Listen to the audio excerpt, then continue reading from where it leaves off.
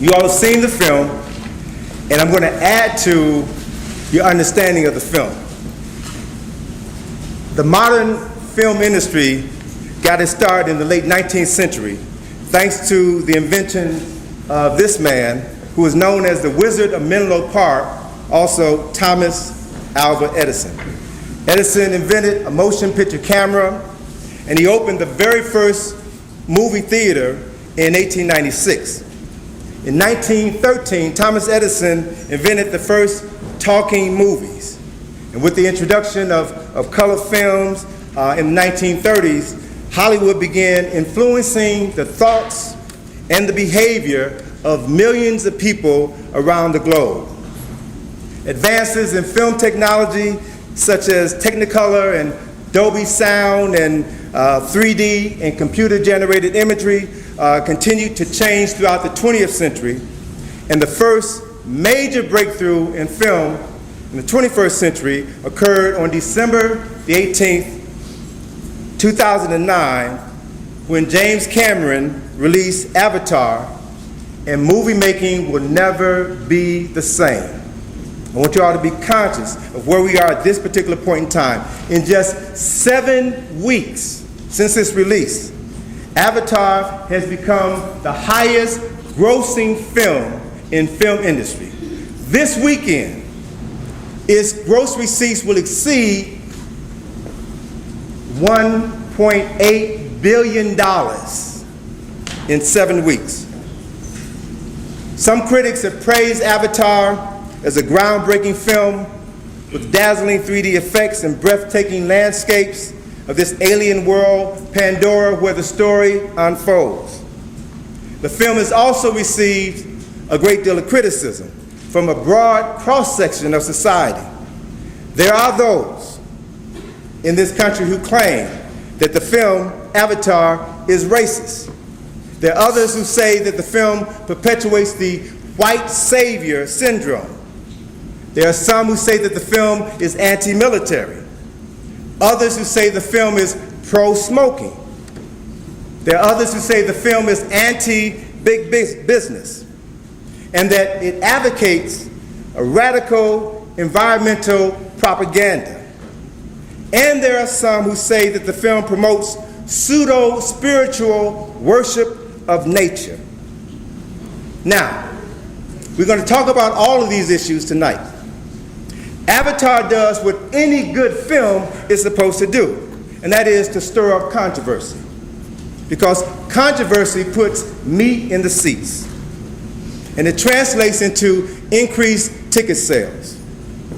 James Cameron's Avatar is agitation propaganda at its best. Agitprop, as it's also known. The term agitation propaganda originated in Russia during the Bolshevik Revolution around the 1920s. And the term simply meant the dissemination of ideas. It was not a negative term. And it was used by political leftists throughout Europe and the Americas in the 1920s and 1930s. Specifically, agitation propaganda was supposed to affect your consciousness in two ways. Propaganda acts on the mind, and agitation was designed to act on your emotions. So I want us to begin to understand how people work to affect your psyche, oftentimes without us even being aware of it. It's a powerful tool. Agitation propaganda has been used in Hollywood to win the hearts and the minds of audiences for decades. And one of the earliest pieces of agitation propaganda was a film I'm sure you all heard of, The Birth of a Nation, 1915. Other examples of agitation propaganda could be good or bad depending on your perspective. Another example of agitation propaganda is Gone with the Wind, 1939. The film Network, 1976. We're mad as hell, and what? We're not going to take it anymore, all right? Another wonderful film about agitation propaganda was the film Platoon, which came out in 1986. Another great piece of agitation propaganda, which I hope you all have seen, is a film called Sankofa, written, produced, and directed by our very own Haile Gerima. And another great piece of agitation propaganda is Michael Clayton, which came out in 2007. Documentaries also advocate certain ideological views, which usually appeal to smaller audiences. But every once in a while, a documentary will cross over into the mainstream. Recent examples include Bowling for Columbine, An Inconvenient Truth by Al Gore, and Fahrenheit 9/11. Michael Moore is probably one of the most popular people in the industry who promotes these pieces of agitation propaganda. Agitprop has been frequently used in science fiction films to make indirect political statements, such as in the film The Day the Earth Stood Still, which came out in 1951. It was a film about the arms race. It was anti-military film, using science fiction as a medium to convey a message. Another powerful piece of agitation propaganda in the science fiction realm was the film The War of the Worlds, which came out in 1953. That film was anti-imperialism, not just science fiction. These movies aren't just movies. They have an agenda. And another profound piece of science fiction agitprop was the film Godzilla, which came out in 1956. Godzilla was about the anti-nuclear warfare issue. Because remember, Japan was the only nation which received nuclear weapons. Bombs were dropped on Hiroshima and Nagasaki. So the Japanese were unable to have an army as a result of them surrendering, and they could not really express their displeasure of what happened to them as a people. So they produced this film, Godzilla, which, if you've seen the film, it was about this lizard that was genetically mutated as a result of an atomic explosion, and it destroyed their city. So Godzilla was the United States destroying Japan. Agitation propaganda.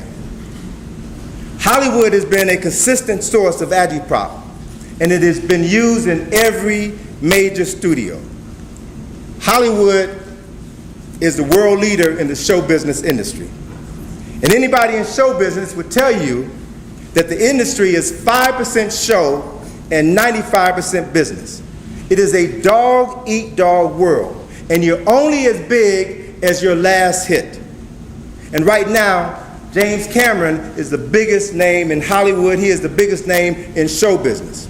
His last film, which was released in 1997, Titanic, that film grossed $1.85 billion since its release. And that's just ticket sales, doesn't count DVDs.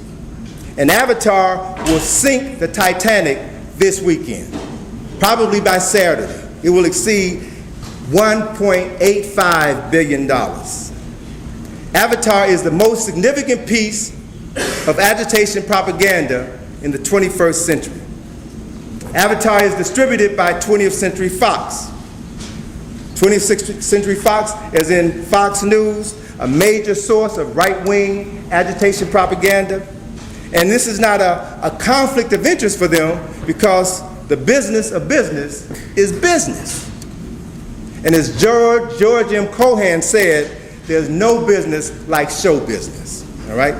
So another reality is that the movie industry has always been dominated by white males who greenlight films that perpetuate their racial and sexual view of the world. And because of the fact that there's very little originality in Hollywood, most films that are produced today, borrow from the classic films of yesterday. So Avatar is no different. Avatar replicates reoccurring themes of boy meets girl, boy falls in love with girl, boy saves girl and her people. That scene has been in movies over and over and over again. It's a timeless narrative that can be found in films such as The Last of the Mohegans. Same story. It can be found in a film called The Last Samurai. Same story. It can be found in Dances with Wolves. And it also can be found in the film Pocahontas and many, many others. There's little originality in Hollywood. These films pay homage to the magic Caucasian, who has appeared in films from yesterday's Tarzan to last year's District 9. The same thing, repeating itself over and over again. Avatar also pays homage to another popular Hollywood theme. And that theme is the hero's journey. The hero's journey. I did a lecture last year talking about the hero's journey and specifically looked at a couple of films that I'm going to reference, and I related the original concept of the hero's journey back to Egypt. This story comes out of ancient Egypt. It is the story of a Set, and Arourd. And Hollywood has made over a dozen pictures using this theme, but they just don't reference its comedic origins. So this theme of the hero's journey is at the core of two of the most popular trilogies, film trilogies of all time. That is Star Wars and The Matrix. Both of these films have the same theme. And that theme is a genre in which the hero is always a young male loner with no immediate family. He's an ideologue in search for adventure and his place in the world. And then he meets a teacher who takes him on a rite of passage. And as he advances through this rite of passage, as he matures, he then is defeated in combat with the enemy, and then later he is resurrected as a Jedi Knight. He may be resurrected as the One, or he may be resurrected as the Last Shadow, Taruk Makto. And he saves his people, he saves the planet, he saves the universe. That's the hero's journey. Timeless message. So let's look at how all of this plays in the film Avatar.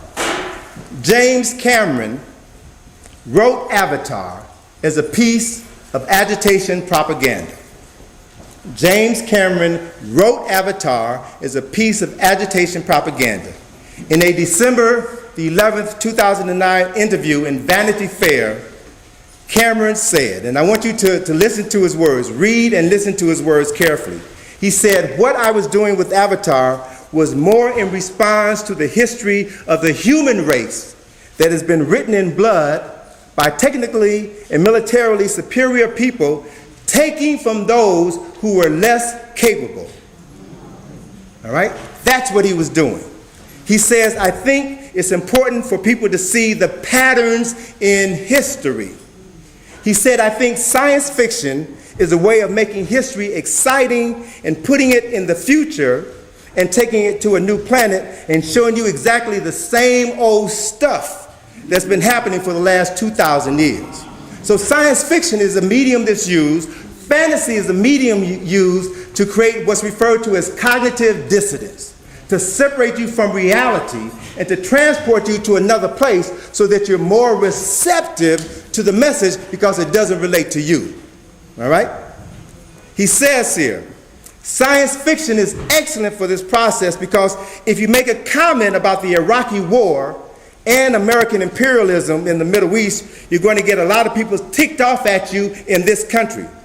But if you do it in a science fiction context, where you do it on a metaphorical level, people get swept away by the story, and then they get to the end of the movie before they realize that they've been rooting for the Iraqis. Huh? That's agitation propaganda. And that was his intent. and he did it better than anybody else up to this point. So it's in this context of agitation propaganda that I wish to analyze Avatar and to discuss its historical and cultural relevance to Africans, to Native Americans, and to any human being with a soul and a conscience. So I want to begin my analysis with a look at James Cameron, fascinating individual. James Cameron, the writer, the director, the producer, the editor of Avatar. James Cameron is a 55-year-old Canadian who is regarded as one of Hollywood's most innovative filmmakers. In 1977, he was living in California, driving a truck for a living, when he saw Star Wars and said, I want to do that. James Cameron has always said that he had a vivid imagination. And when he saw what George Lucas had put on the screen, he said, I can do that. And so he quit his job, went to college, and studied film. And over a period of years, he paid his dues and then began to make a name for himself in the industry. The first major film that he wrote, produced, and directed was a 1984 film called The Terminator. All right? And then he made a bigger name for himself 2 years later with a film called Aliens. James Cameron is the first director in Hollywood to film both a $100 million film when he made Terminator 2 in 1991, and he was the first filmmaker to produce a $200 million film when he produced Titanic in 1997. And he's also the first filmmaker in history to make a $300 million plus film in 2009, Avatar. So he is an innovator on so many levels.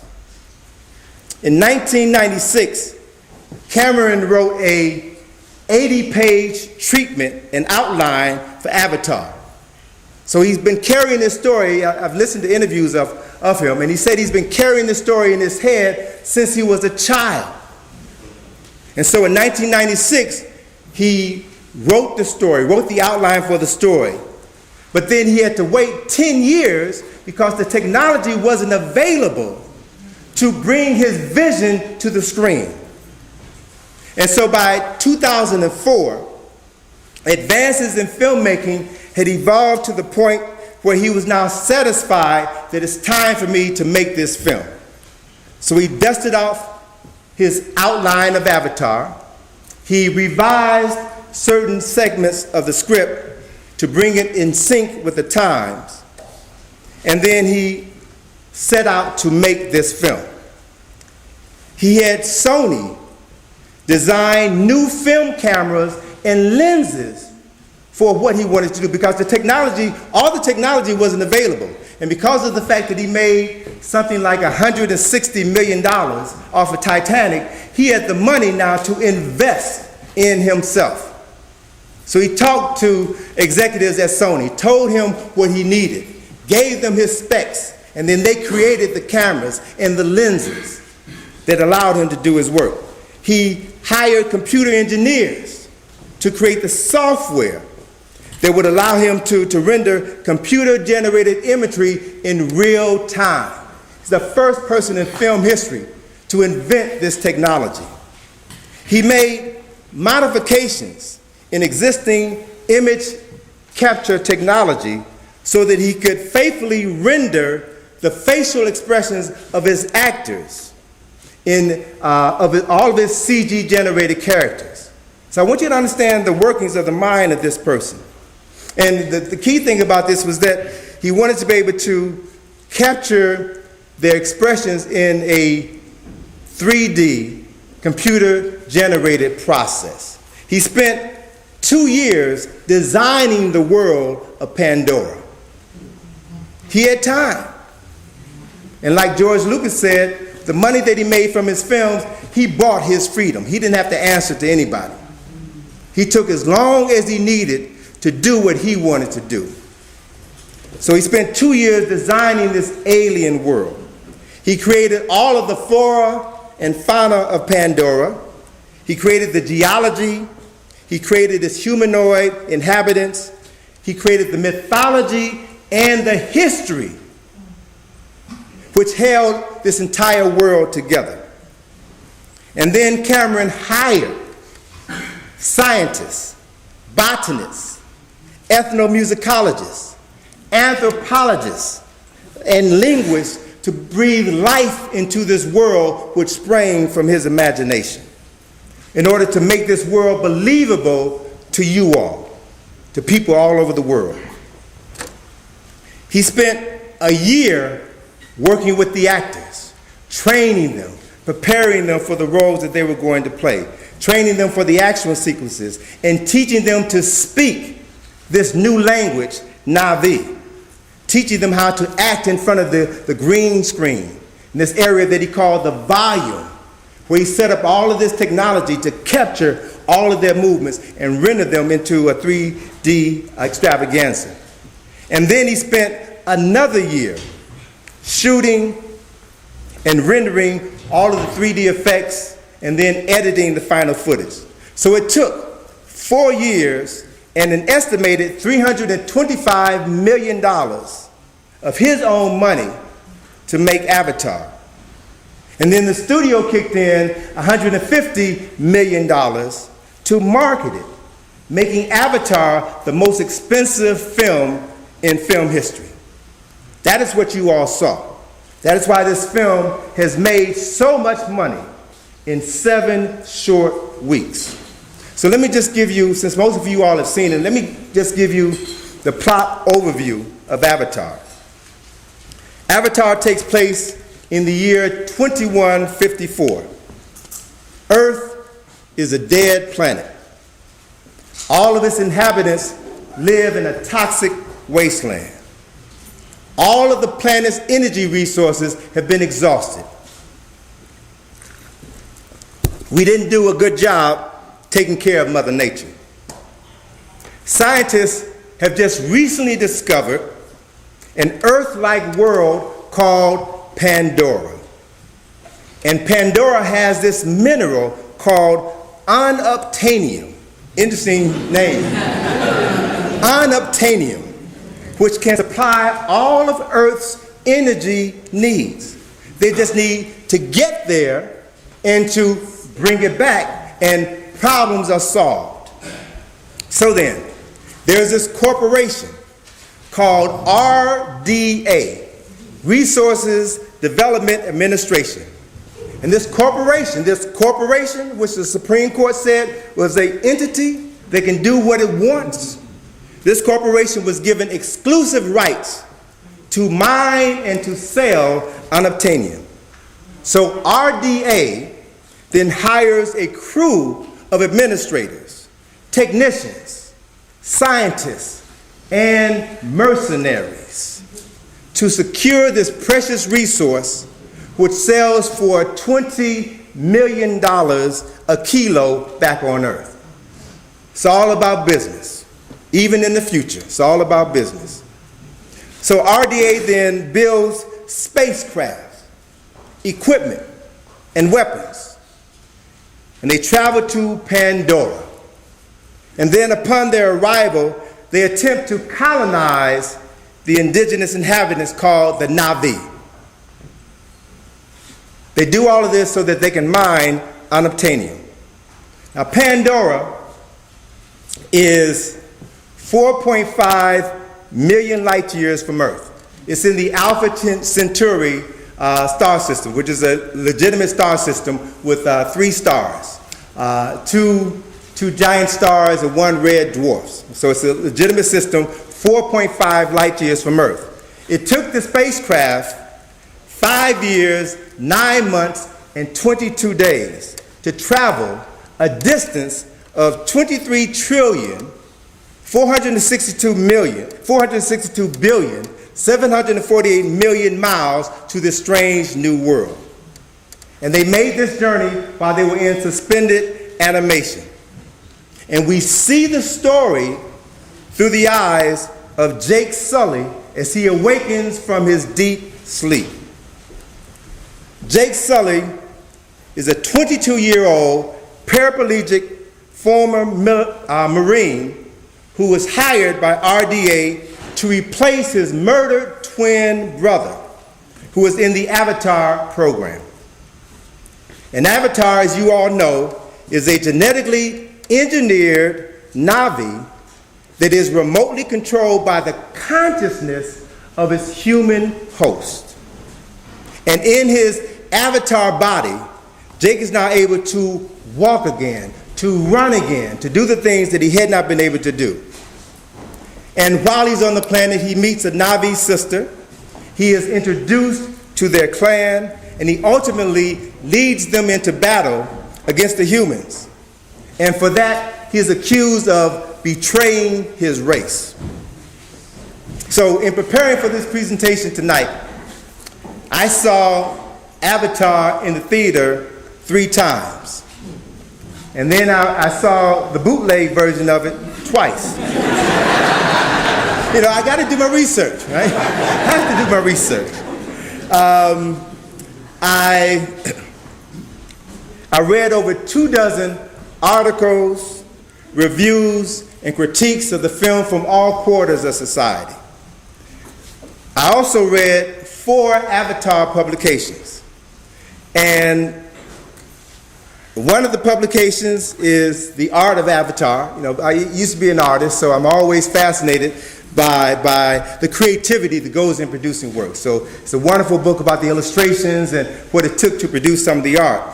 But one of the most significant books that I've read about the film is this little ditty here, right? The book is entitled James Cameron's Avatar, A Activist Survival Guide, all right?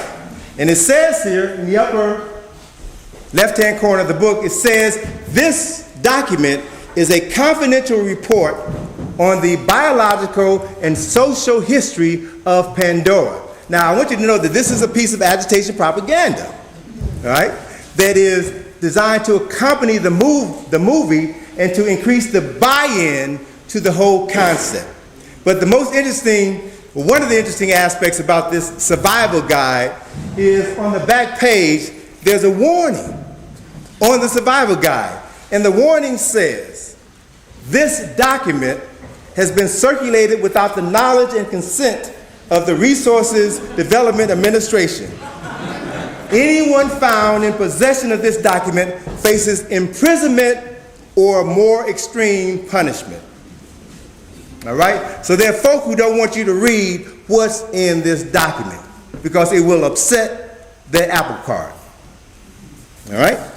So it's a fascinating world that he has created. Another significant document that I've read that's given me insight into the movie that I'm going to share with you this evening is the script. I got a copy of the script. All right? And it's a great read. You can actually go and download it if you're interested. And I would encourage you all who are really, those of you who really are captivated by the film, to download the script. And I'm going to talk about some of the things that were in the script but didn't make it in the film. Important scenes. I don't have time to go into all of them, but you'll see for yourself how significant some of the elements that were left out of the movie were. So what I've gleaned from all of this material is that in order to understand the deep underlining messages of Avatar, you can't just see the film with 2 eyes enhanced by 3D vision. That's not going to cut it. In order to understand this film, you must see it in 5 dimensions, and you must see it with your 3rd eye open. That's what it requires. Only then will you be capable of seeing the profound spirituality that is at the core of Avatar. And only then can you appreciate the spiritual message that expresses itself throughout the entire film. I want to be clear about one thing, though. Avatar is a film about race, but it's not a racist film. And those who perceived it as a racist film, they brought that mentality into the theater with them.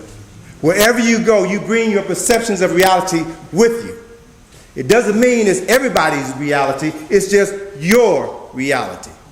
And I think it's important to note that Avatar is not a racist film. I've read a lot of critiques about the film, and that point came up over and over and over again. Those folk didn't see the same movie I saw. And I'm going to share with you what differently I saw in this film. This is a film about science and technology. It is a film about corporate greed. It's a film about militarism. It's a film about genocide.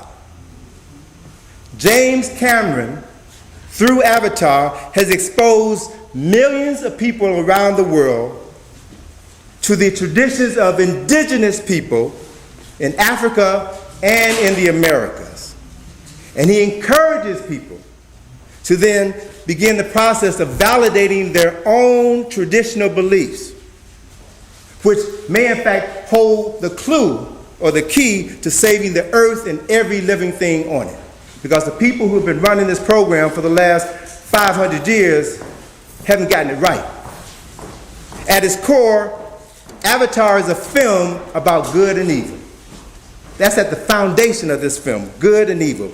And James Cameron has created a new mythology to show the world the depth of European pathology. He holds a mirror to the world. Some folk can see and understand what's there, others can't. The 5 dimensions through which I will examine Avatar are the technological, the theatrical, the sociological, the psychological, and the spiritual. 5 ways of looking at this film. So after these 5 perspectives, hopefully you will have a deeper understanding of what James Cameron not only attempted to do, but what he did in the making of Avatar. So let's begin with the technological aspects of this film. I've already talked about some of the major technological breakthroughs in Avatar, but I want to highlight 2 very important facts. I mean, they're important to me because the artist in me is always interested in how people create things, how they use their imagination to produce things. And so Avatar is a film which is 2 hours and 40 minutes long. 30% of the film was shot using traditional filmmaking techniques, that is, on a stage with actors. 70% of the film was shot using CGI, computer-generated imagery, on a green screen. So the actors, primarily the Na'vi, had to literally use their imagination to imagine the world that they were in and the things that they were doing. They were really acting. They really need to be given credit for the acting that they did. So CG art, computer-generated art, is time-consuming. It's tedious. It's tedious. It takes 47 hours just to create one single frame of computer-generated imagery. All right? 47 hours to produce one single frame. And in high-def filmmaking, they shoot at 24 frames per second. So there's a total of 112 minutes of CG animation in Avatar, which translates to 161,280 individual computer-generated frames, which took 800 artists, 7,580,160 hours to produce over the course of 2 years. That's what went into this film. That's why this film looks so good. That's why it was so believable, because of the blood, sweat, tears, and money, because all of these folk had to be paid. And this is not cheap.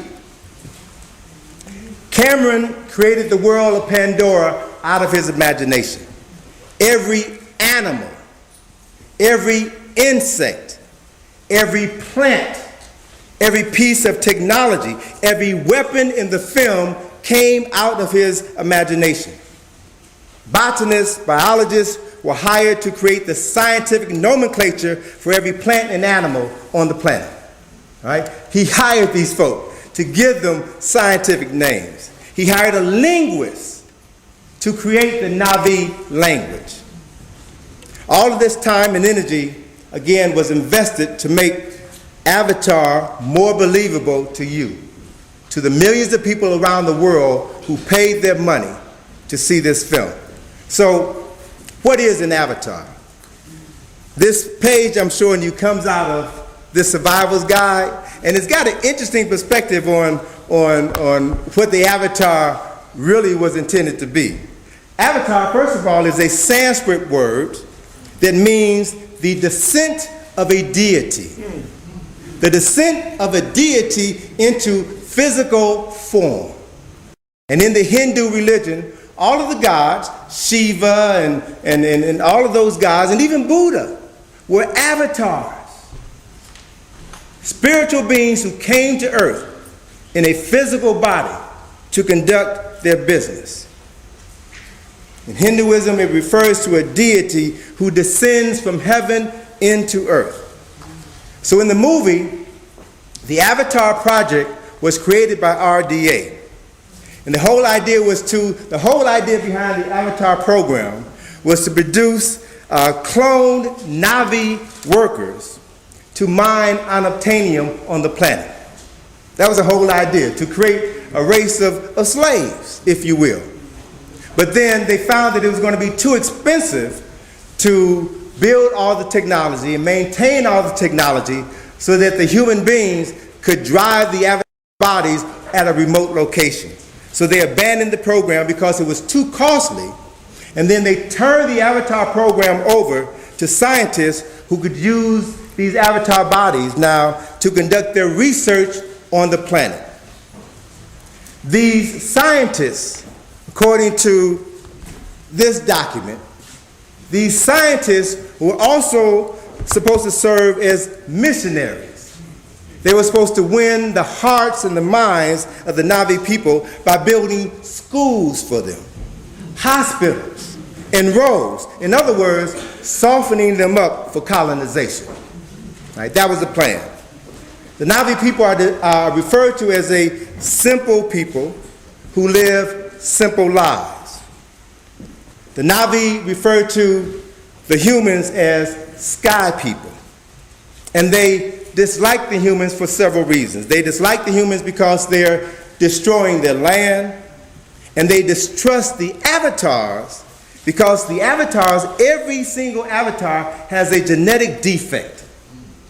When they created this technology to clone Na'vi DNA and then attach elements of human DNA so that the nervous system could communicate with this avatar body, it produced a defect, a genetic defect, which caused all of the avatars to have 5 fingers and 5 toes. Because the Na'vi have 4 fingers and 4 toes. All right? So they felt that these creatures were invading their world. Let's look at the theatrical aspects of the film. From a theatrical standpoint, some of the characters' names in the film give you some insight into their personality. For example, Jake Sully is a paraplegic Marine vet who is on disability. In the script, it talks about his life on Earth before he was drafted into the Avatar program. Jake Sully was an alcoholic. Jake Sully suffered from post-traumatic trauma syndrome. And he's upset because he doesn't have the money to afford the surgery that will allow him to walk again, and the military benefits aren't enough for him to get by. So he is literally a sullen man, hence the name Jake Sully. He's hostile, he's brooding, he's dim-witted, and he's depressed. But Jake is transformed every single time he enters his avatar. Dr. Grace Augustine is the biological scientist who runs the Avatar program. She's been on Pandora for 10 years. You don't really get that in the movie. They make reference to the fact that she's been there a long time, but according to the script, she's been there for 10 years. And she has conflicted feelings as she moves between the spiritual world of the Navi and the physical world of the human beings. Her name pays homage to St. Augustine, the 4th century cleric, who wrote about the spiritual city of God and the material city of man. St. Augustine also promoted the concept of the grace of God, hence her name, Grace Augustine. Right? So James Cameron knew what he was doing. And I applaud him for incorporating these layers of history, these layers of culture, these layers of psychology into this film. Another character I want to look at, the third character I want to look at, is Parker Selfridge.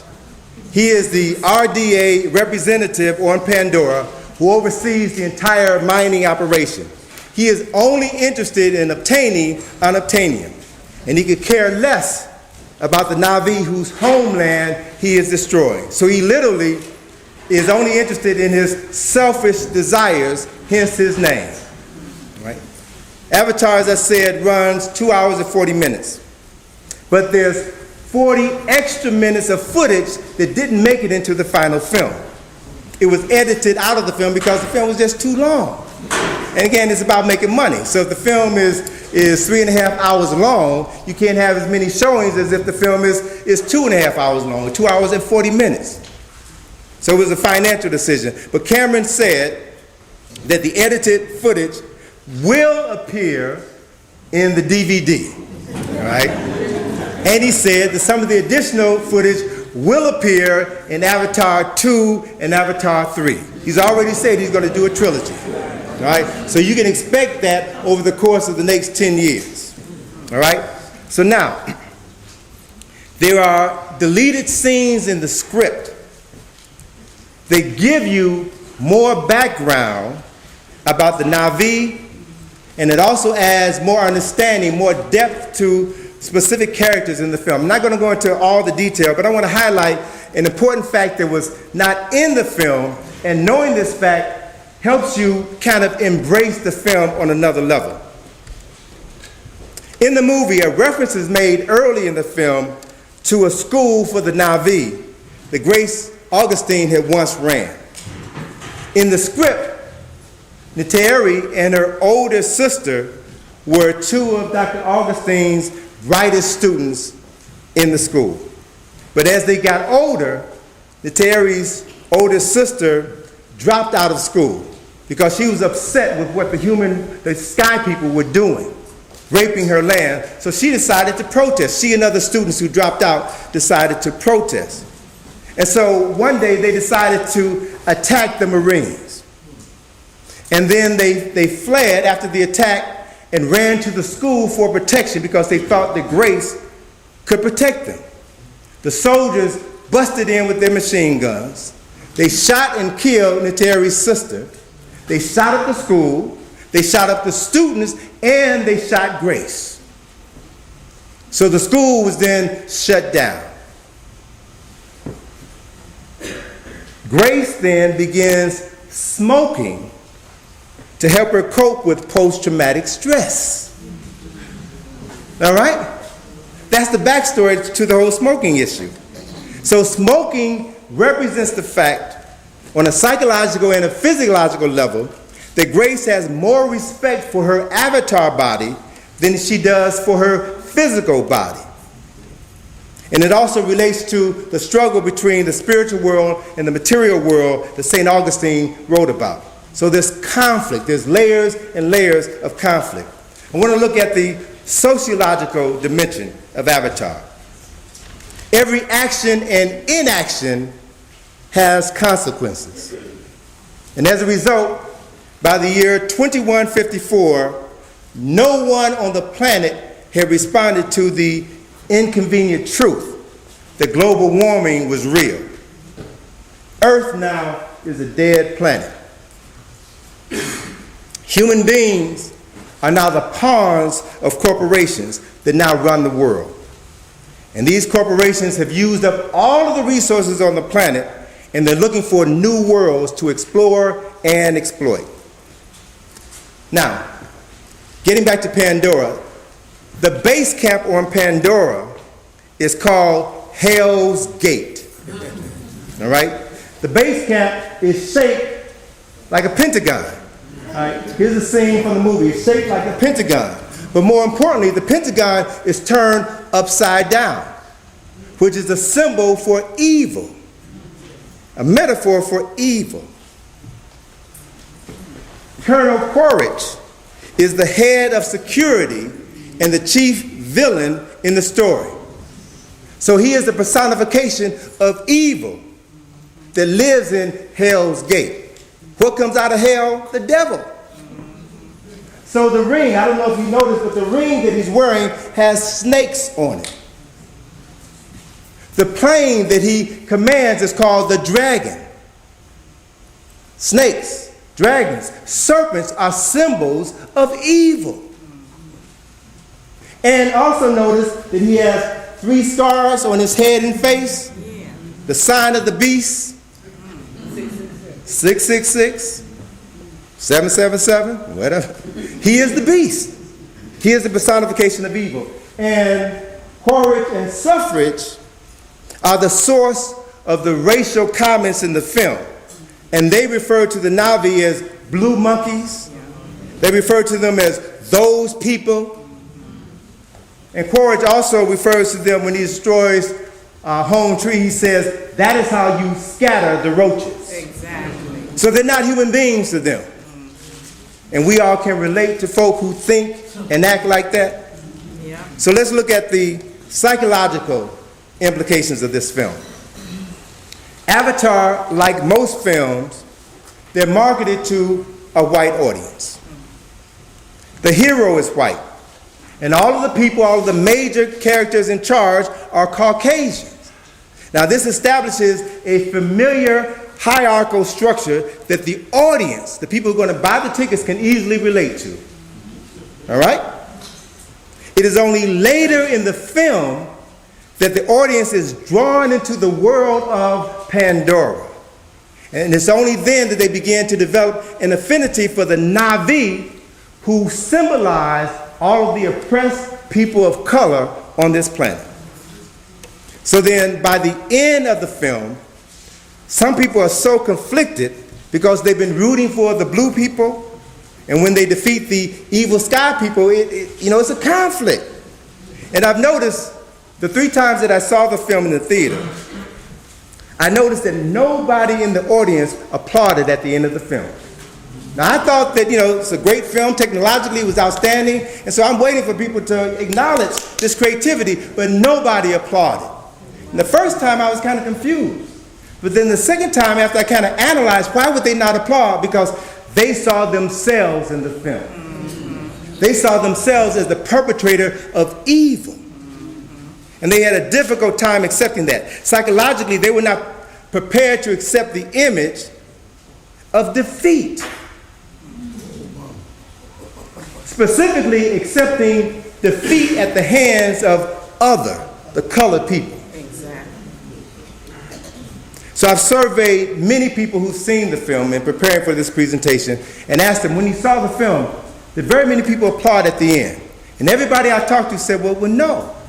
I mean, when there was some applause, it was usually only a handful of folk, or I think 1 or 2 people I talked to saw the film in the hood.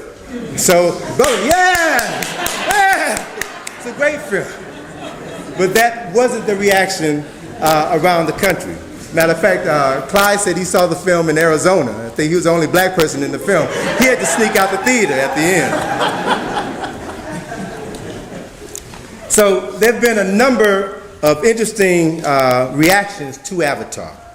So much so that on January the 11th, CNN reported, now this is really interesting, this is going to knock your socks off. CNN reported that over 1,000 people were experiencing post-Avatar depression. And they interviewed a psychologist who stated that James Cameron's completely immersed spectacle, Avatar, may have been a little bit too real for some fans who say that they experienced depression and suicidal thoughts after seeing the film because they long to enjoy the beauty of this alien world, Pandora. Now it's clear those folk need to get a life. But I want us to begin to understand how film, one movie, affects people differently. It's been seen by hundreds of millions of people, and we're not all the same. We all react to the same thing differently based on what we bring to the theater. Okay? So, one of the most emotional moments in the film was the destruction of Home Tree. All right? When that tree fell and the Na'vi was scattered, sitting in the theater, I heard people cry. I heard tears. There was a hush in the theater because this scene reminded people, it hit too close to home. It reminded people of the devastation of 9/11. So emotionally, they were hooked on that film. Emotionally, they identified with the Na'vi because they had been there. The final battle scene was also a source of conflict for a lot of folk in the movie. Prior to the assault, Colonel Quaritch gave a pep talk to his troops. And this, I feel, is one of the most psychologically potent elements in the film. So what I'm going to do, don't tell anybody now, what I'm going to do is show you that segment. It's about a minute long. I want you to listen to the language. Listen to the language that Cameron wrote for this character who is the personification of evil before they set out to destroy the Na'vi, to wipe them off the face of the planet. Listen to his language because it sounds very, very familiar. Everyone on this base, every one of you is fighting for survival. That's a fact. There's an Aboriginal horde out there massing for an attack. Now, these orbital images tell me that the hostiles' numbers have gone from a few hundred to well over 2,000 in one day, and more are pouring in. In a week's time, there could be 20,000 of them.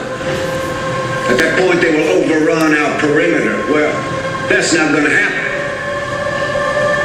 Our only security lies in preemptive attack. We will fight terror with terror. Now, the hostiles believe that this mountain stronghold of theirs is protected by their deity. And when we destroy it, we will blast a crater in their racial memory so deep that they won't come within 1,000 clicks of this place ever again. And that, too, is a fact. All right? You heard that? Specifically, we will blast a crater in their racial memory. He's talking about destroying the place where their deity, and you all heard the laughter in the audience when he said their deity. All right? We're going to destroy their deity. That's almost as significant as someone destroying Mecca or Jerusalem. Have no respect, no regard for the spiritual traditions of other folk. But what I also want you to note in this scene, I mean, this to me is probably one of the most powerful scenes in the movie. But I want you to also notice what Cameron did as the director, because everything you see, he wants you to see. And I froze the film at this scene, all right? Because when Quaritch gave his speech, you heard the brother, this brother right there, yeah, yeah. Exactly. He was with them. What does that mean? What does that represent? When you have brought into the enemy's concept of evil, the enemy's concept of God, then you will follow him into hell. Exactly. All right? You will follow him into hell. And it's interesting, as I looked at this shot here, there are about 4 or 5 characters in this grouping here who are black folk of color. So he's sending a message to us about us listening to the wrong people, following them to fight wars that we have no business fighting, when there are issues at home that we need to deal with. So understand what we're seeing. This scene was followed by a line in the script that didn't make it into the film. And I want to share it with you because it just reinforces James Cameron's thinking. Because of the fact that there are thousands of Na'vi who are preparing to attack them, Koresh doesn't have enough men for the assault. So then he deputizes the mine workers. All right? And I want you to read what James Cameron says in the script as they are preparing now for this assault. James Cameron says, the troopers are issued automatic weapons and magazines to a long line of mine workers. The mine workers lock and load like the red-blooded, redneck RNA supporters that they are. All right? He's pulling no punches.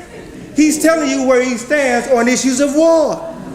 He's telling you where he stands on issues of ideology. It's there.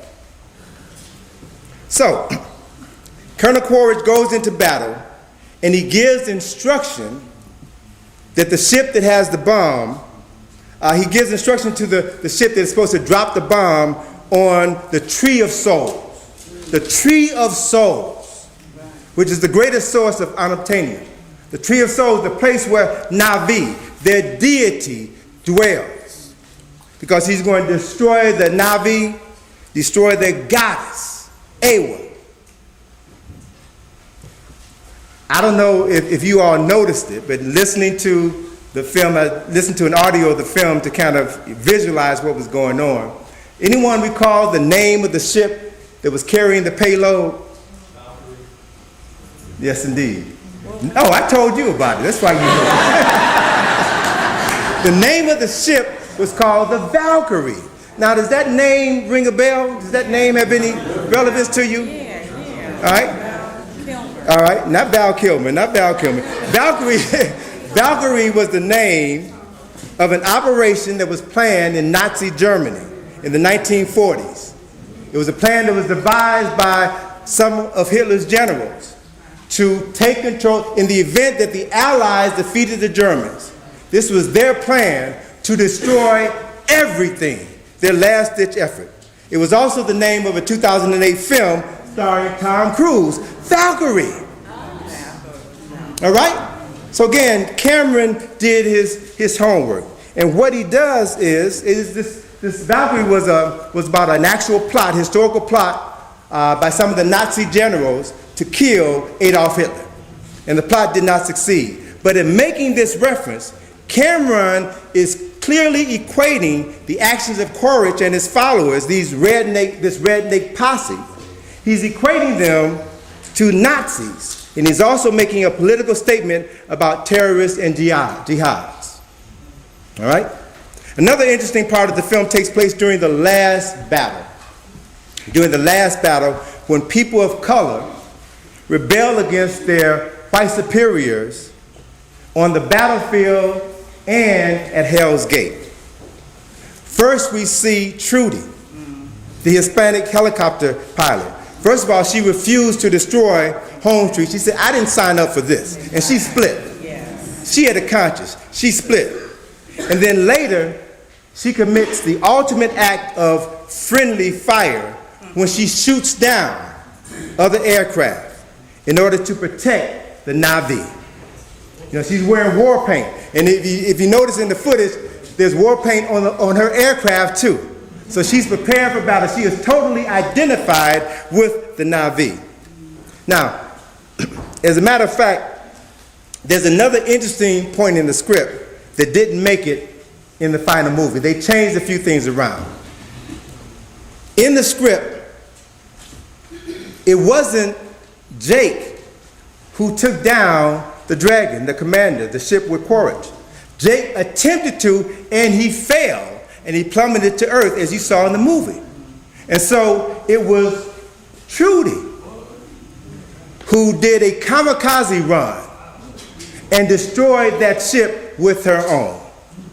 She literally becomes a martyr in the Na'vi struggle. Remember the line in the film when the The Indian scientist who was back in the lab gave them a heads up and said that they're going to come 6 o'clock in the morning to bomb. They've got this shock and awe campaign, all right? So Trudy said something to the effect of, I was hoping for an option that wouldn't involve martyrdom. And she wound up giving her, like in the original script, she wound up giving her life to save the Na'vi, all right? She said it, but you didn't see her do it in the film. That's my point. You didn't see her do it in the film. So meanwhile, while all of this is going on, back at Hell's Gate, literally all hell breaks loose. And this is in the script, it didn't make it in the film. Because there's a small group of white scientists who are working in the lab with a consciousness.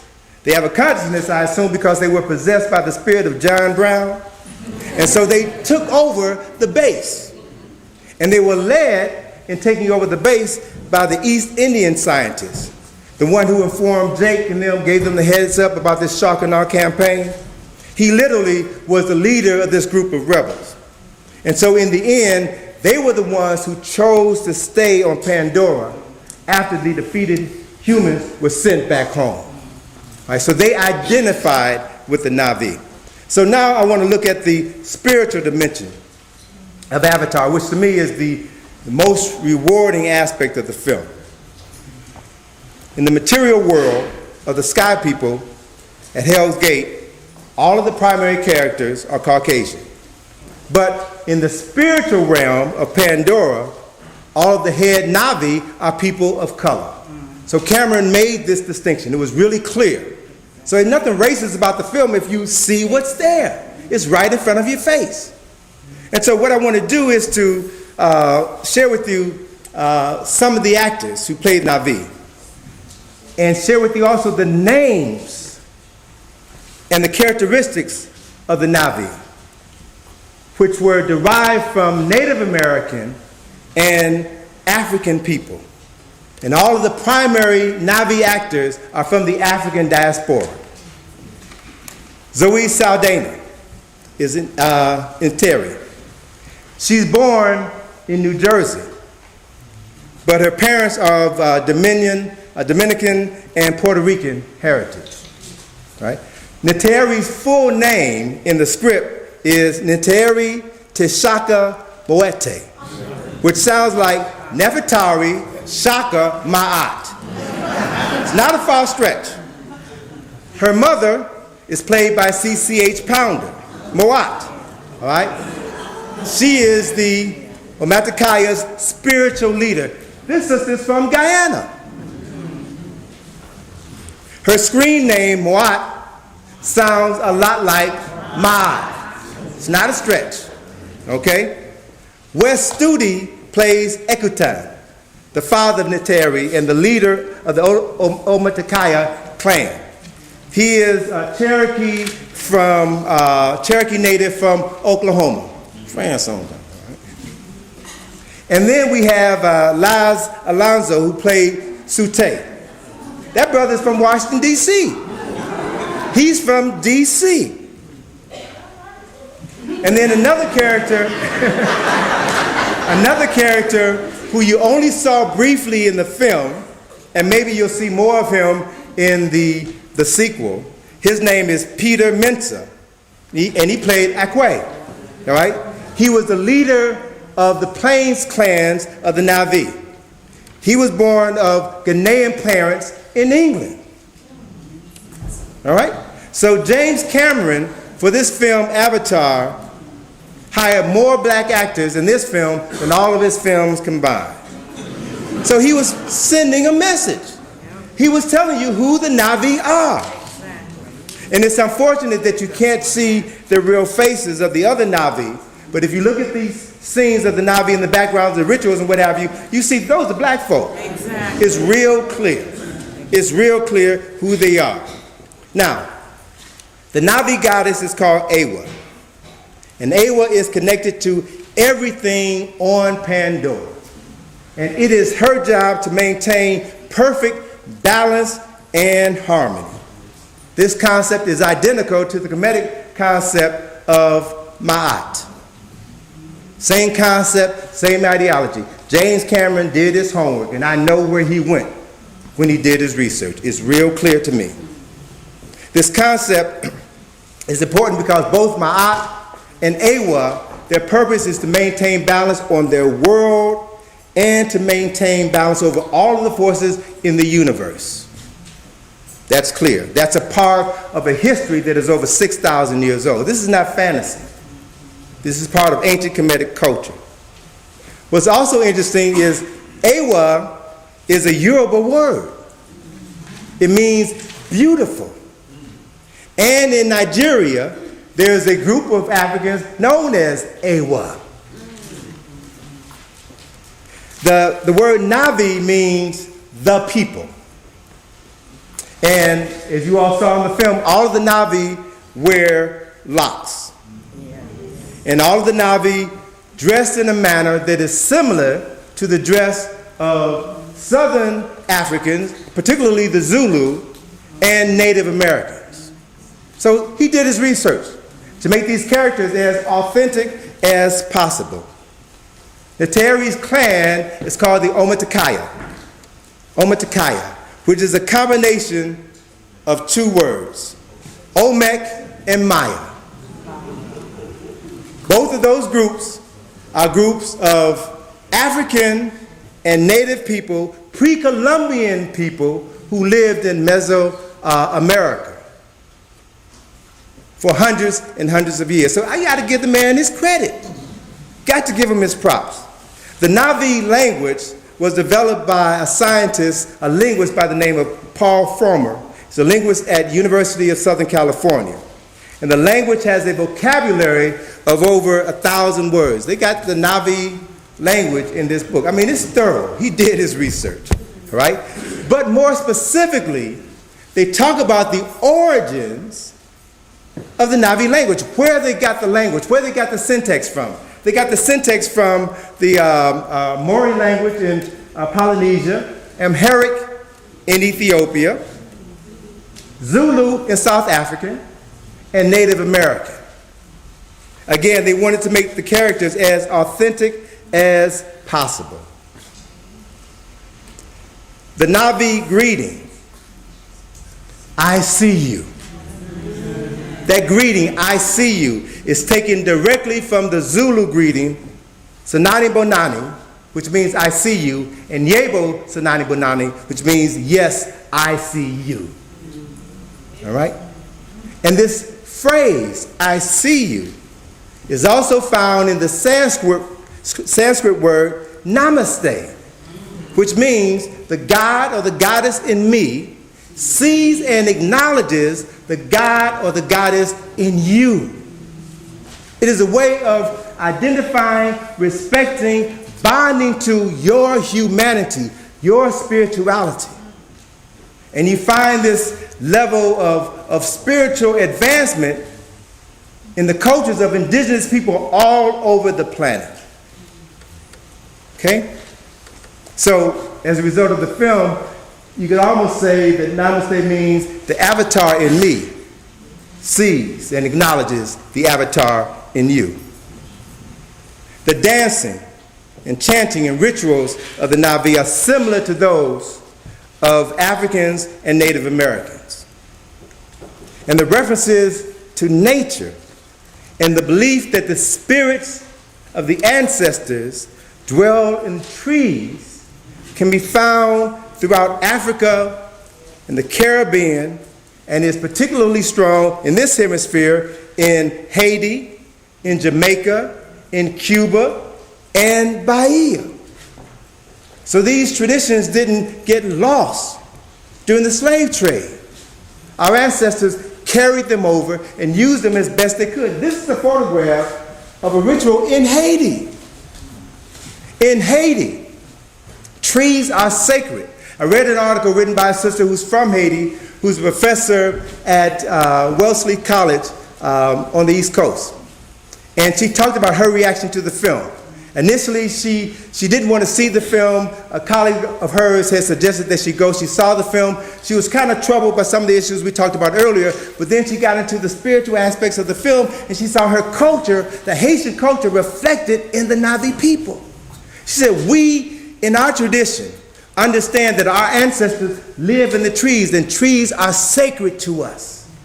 Trees are sacred to them, which is why when the French were kicked out and they later came back and demanded reparations to the tune of $115 million, they say you can pay us back by giving us mahogany from the trees. So they cut down all the trees.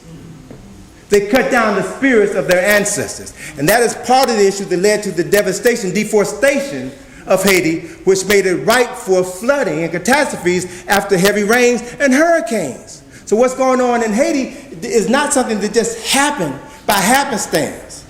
It's something that didn't happen because they made a pact with the devil when they had that voodoo ceremony. That's ignorance. And that's disrespectful of indigenous people and their right to acknowledge their creator and defend themselves against oppressors. The important thing is, in these traditions where trees contain the souls or the spirits of your ancestors, it is because when someone dies, you bury them in the ground, and their decomposing bodies are absorbed in the roots of the trees, the very trees that will feed you, that will shade you, that will shelter you. This is where the phrase roots comes from.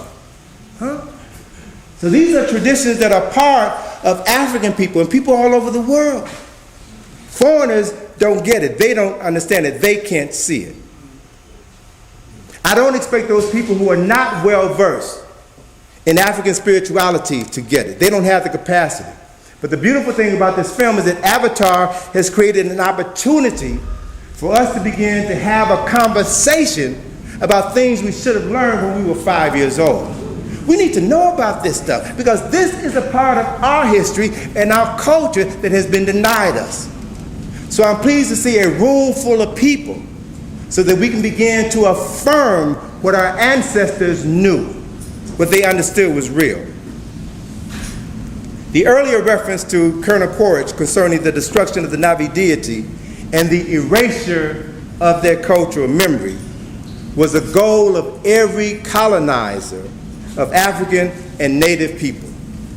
And regarding this issue, Dr. John Henry Clark, my ancestor, my brother, Dr. Clark famously said, and I want you to listen to the wisdom of this scholar, the wisdom of this ancestor. Listen to Dr. Clark when he said, "They laughed at your clothes and made you change your clothes. They laughed at your names and made you change your names.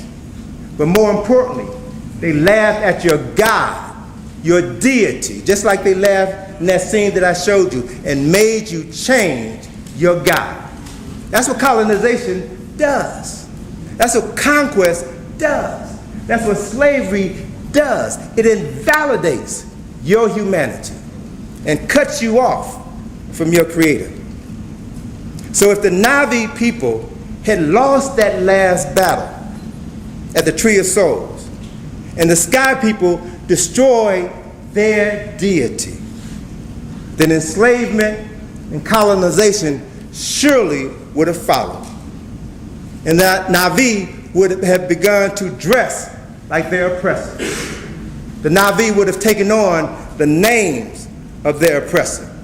And the Navis would have come to worship the gods of their oppressor, because that is what all enslaved and colonized people do. And then possibly, after hundreds of years of struggle for their civil rights, their basic civil rights as humanoid creatures, maybe the Navi might get 28 days to celebrate their heritage during Blue History Month, all right?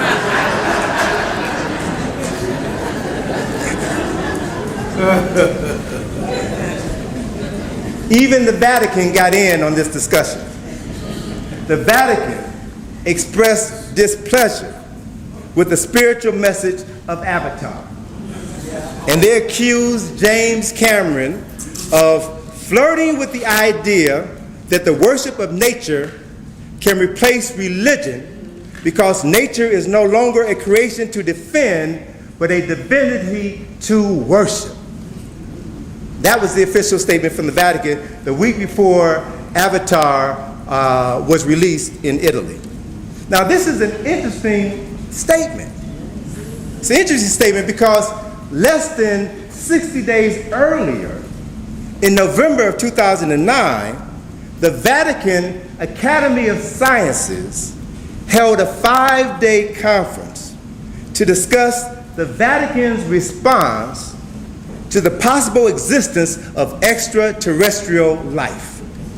It was held at the Vatican Observatory, right in Vatican City. And Father Jose Fuentes, director of the Vatican Observatory and organizer of this conference, said these words. He said, "Brother, extraterrestrials pose no problem for Catholic theology. As a multiplicity of creatures exist on earth, so there could be other beings also intelligent, created by God. This does not conflict with our faith because we cannot put limits on the creative freedom of God." This comment makes you wonder if the Vatican knows something that they're not telling you about yet. The most controversial aspect of Avatar, to me, is also the most spiritually compelling. And this is the role of Jake Sully as the Avatar and the savior of the Na'vi. Now, I've read many of the articles, I've heard all of the debates, about this white man coming down and saving black folk. That ain't it. There's much more to it than that. In order to appreciate what I'm going to share with you, I'm going to ask some of you here in the audience to temporarily put aside all of your thoughts of Judeo-Christian concepts of God. Just put them aside for a minute. And I want you to also dismiss all references to the spiritual traditions of indigenous people as pagan and inferior. I want you to do that because historically the very first concepts of God that were introduced to humanity sprang from the minds of Africans, specifically Africans in the Nile Valley. In my 30 years of traveling to Egypt and studying this culture and civilization, I know beyond a shadow of a doubt that the Nile Valley is the origin of the three major Western religions, Judaism, Christianity, and Islam. The evidence is there. It's been there for thousands and thousands of years. Come to our next study tour to Egypt in August, and you'll see it for yourself. We'll show you these profound truths. But in order to separate Africans from their history and culture, foreign invaders, conquerors, and colonizers have brainwashed the world into believing that Africans had no soul and no relationship with God that any European would respect. That's part of the brainwashing process. I want to share with you a comment by a European-American ethnobotanist and anthropologist, Harvard-trained, by the name of Wade Davis. Lives right here in Washington, D.C. Profound brother. Has a very spiritual understanding of African people. He's lived among African people for a while, for quite some time. He's researched them. And he made this observation about African spiritual traditions. And I want you to read what he said.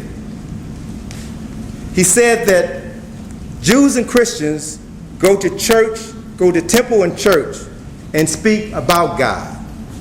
Muslims go to mosque and speak to God. Africans go into the forest, and through dance and ritual, they become God. All right? Now, I want you to understand what he's saying, because this is nothing that's sacrilegious. If we understand the concept of avatar, spirits descending to earth, our bodies are the vessels through which these spirits manifest themselves. So when you open yourself to spirit, you create a body through which the Creator can do his or her best work on the planet. That's what Africans and indigenous people have been doing for thousands and thousands of years. That's why we're still here. That's why we haven't been wiped off the planet. So what I want you all to understand is that I'm not talking about fantasy. I'm talking about things that I've seen with my own eyes. I met Africans in Egypt. I met Africans in Ghana. I met native Hopi and Navajo in New Mexico and Nevada, who have a deeper understanding of the creative spirit, which folk call God, than most people I met right here in the United States who go to church every Sunday. They have a deeper spiritual understanding of what it means to have a relationship with a spiritual being. And they live it regularly. It's not something they talk about.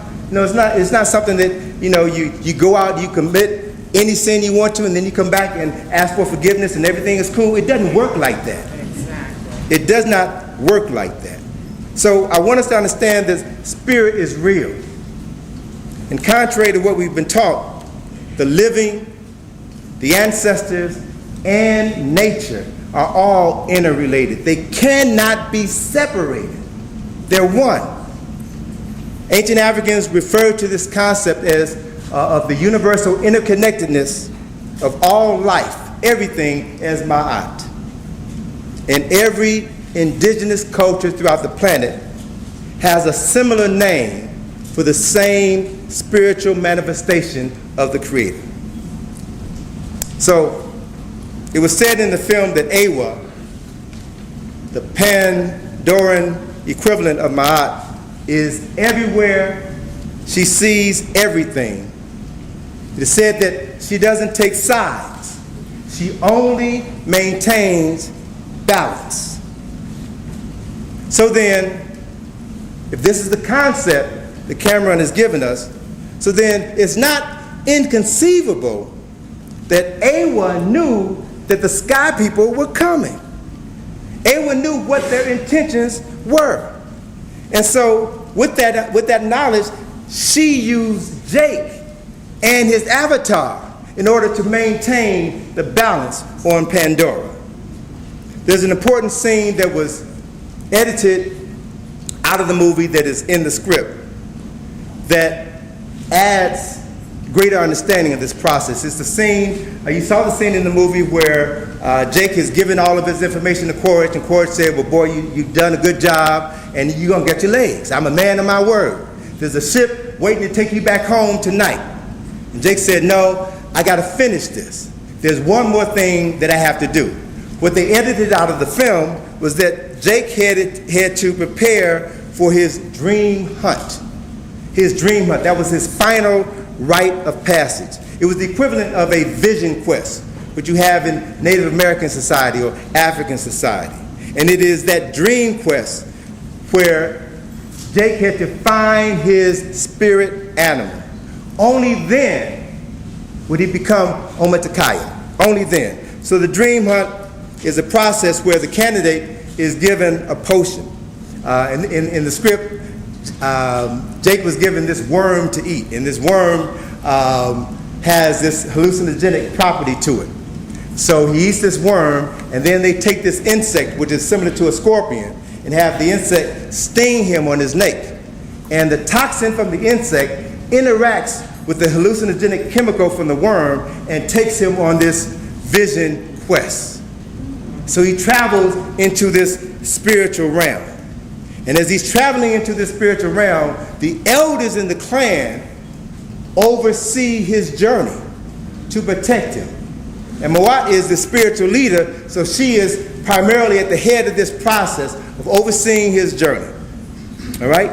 Now, during that dream hunt, it's an important sequence.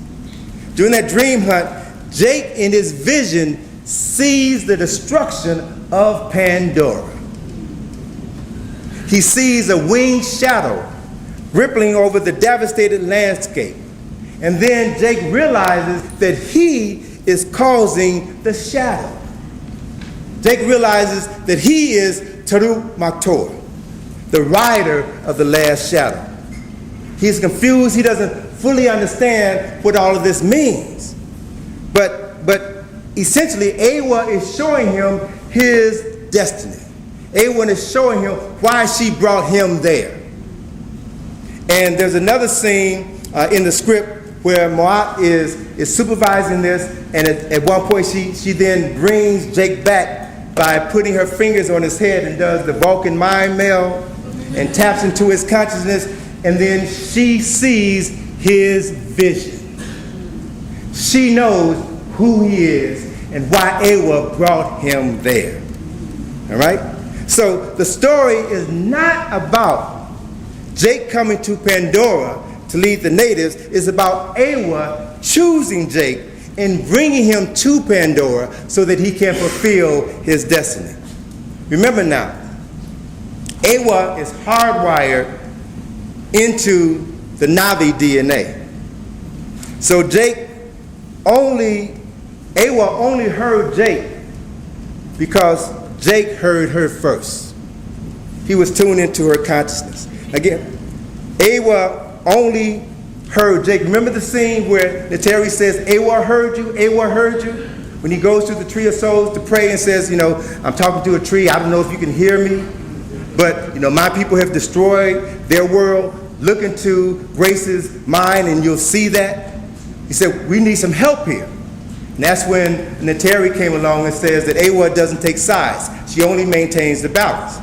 But at the end of the battle, she says, Awa heard you, Jake. Awa heard you. Well, Awa only heard him because he heard her first. All right? So then, remember now that an avatar is a clone Navi with a small percentage of human DNA that syncs the human psyche, the human nervous system, with the Navi nervous system, which is directly linked to Awa. So I want you to think about this. Jake's brother, Tommy, is killed on Earth so that Jake can replace him and drive his avatar. Was that an act of God or was that an act of Awa? Nateri was about to kill Jake when she first encountered him. She was about to take him out. But then she got a sign from Awa, and she spared his life. She saved Jake's life again when he was attacked by this pack of wild dogs. And then she brought Jake to Home Tree after she was given a second sign by Awa that the Navi ancestral spirit inside of him, it wasn't Jake, it was the spirit inside of him that was important to her people. That's why she took him home to meet mom and dad. All right? So, Nateri saved Jake's avatar 2 more times in the film. And then at the end of the battle, she saved his human body at the very end when Quaritch was about to take him out. She saved him by killing Quaritch, sending 2 arrows into his body. So Nateri is the real hero of the film, the real shero of the film, because she also was an instrument of Awa, who used her to bring Jake to the clan so that he could fulfill the role that he was supposed to fulfill in order to help save their people. He had to be a double agent. He had to work on the inside to make sure that they would survive. Remember the Black Panther? At the early part of the film, when Jake first went down to the forest of Pandora as an avatar, this Black Panther that chased him into the forest and separated him from his cohorts, caused him to become lost, and then stumble upon Nateri. It's clear that this was not a coincidence, because that was the very same Black Panther at the end of the battle scene that came to Nateri, came to her so that she could ride her and come and save Jake. That's Awa, working through every living thing that she was connected to. That's the concept. Now, this is the concept we're talking about, all right? This is the concept, and I want us to begin to embrace these concepts, or at least to understand these concepts. And also in the story, Nateri's mother, Moat, also saves Jake's life when he was tied to the post just when the colonel was coming to bomb Home Tree, and she cut him loose to save their people. So he was saved by them more than he saved them. Right? So I want us to understand that and put that into perspective. The real message of Avatar is not about Jake. The real message is about destiny. The real message is that every life has a purpose, and that when you're in tune with your Creator, you are in balance with the universe, and you find your purpose, you then are capable of fulfilling your destiny. This is the message that James Cameron has conveyed to millions of people around the globe who have seen this movie Avatar. That people have the right, the essence is that people who claim to be righteous are not always righteous. And that oppressed, colonized, and marginalized people of the earth have the right to practice their own tradition, their own culture, and to worship their own deity through their own cultural lens. That is the right of every person on this planet. And no one has the right to come into your homeland and enslave you, colonize you, kill you simply because you call the God, the Creator, by a different name. Nobody has that right. So this movie, Avatar, is agitation propaganda at its best, freeing the minds of mentally, emotionally, and the spiritually enslaved. I consider myself more spiritual than religious. And so I submit to you that there is a God, there is a force, call it Awa, call it Ma'at, call it the Orishas, call it the Neteru, call it Jehovah, Allah, Buddha, Jah. And this force is making its presence known to those who have a soul to feel it, to those who have a mind to receive it, or the eyes to see it. I want you to look around and see what's happening in the world right now. See what's going on all around the world. Something is happening. There's been a dramatic increase in the amount of agitation propaganda generated over the past decade. A series of books such as The Da Vinci Code or The Lost Symbol. A series of documentaries like The Secret. Remember The Secret was out a couple years ago and caught everybody by storm? Oprah was talking about it. There's a documentary called Sicko that talks about healthcare and how sick, greedy people don't give a damn about the poor and the marginalized people. There's a wonderful film called Food Incorporated, Food Inc., that talks about how everything that we ingest is being manipulated by corporations. There are films such as Avatar. And the message is clear. And that is that the times are changing. And the dominant paradigm that has abused humanity and the planet for over 500 years is giving way to a new consciousness. And this new consciousness is not coming. It's already here. You can call it the age of Aquarius. You can call it whatever you like. But either you begin the process of aligning your thoughts to this consciousness, or you will be out of alignment and you will be left behind. So the issue is, you have to make a choice. And the question then becomes, you have to know that you have a choice to make. It's about consciousness. It's about restoring your cultural memory, which helps you find your destiny. To know yourself, know your authentic self, to know who you are, and don't allow anybody, any person, or any system to make you afraid to be your authentic self. So that's the issue.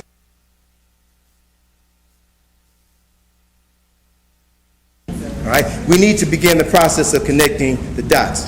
So as we wind down, I want to share with you a Native American fable that captures the spirit of my talk this evening. And this is a fable from that takes place between an old Cherokee who's having a conversation with his grandson about life and the choices that we must make. And he said, my son, inside of all of us is a battle going on between two great wolves. One is evil, it's anger, envy, jealousy, sorrow, regret, greed, arrogance, self-pity, guilt, resentment, inferiority, lies, false pride, superiority, and ego. But there is another. The other wolf is good. It is joy, it is peace, it is hope, serenity, humanity, kindness, benevolence, empathy, generosity, truth, compassion, and faith. So the grandson thought about this for a minute, and then he asked his grandfather, which wolf wins the battle? And the old Cherokee replied softly, the one you feed. Okay? So, before we end the session, and I take a few questions, I want to invite a part